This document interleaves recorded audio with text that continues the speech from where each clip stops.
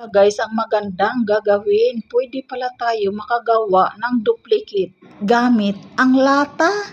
So, panoorin natin ito guys kung paano niya ginagawa. So, ayan, kumuha lang siya ng forma sa lumang susi. So, ito na. Ayan. Ayan, ginupit-gupit na. Kailangan matalas talaga ang gunting rin ito Ayan na guys. O diba? Galing naman. Ayan, nililinis-linis na niya. Wow. Malapit na. Ayan sinusundan talaga niya bawat sulok. Gupit-gupit talaga niya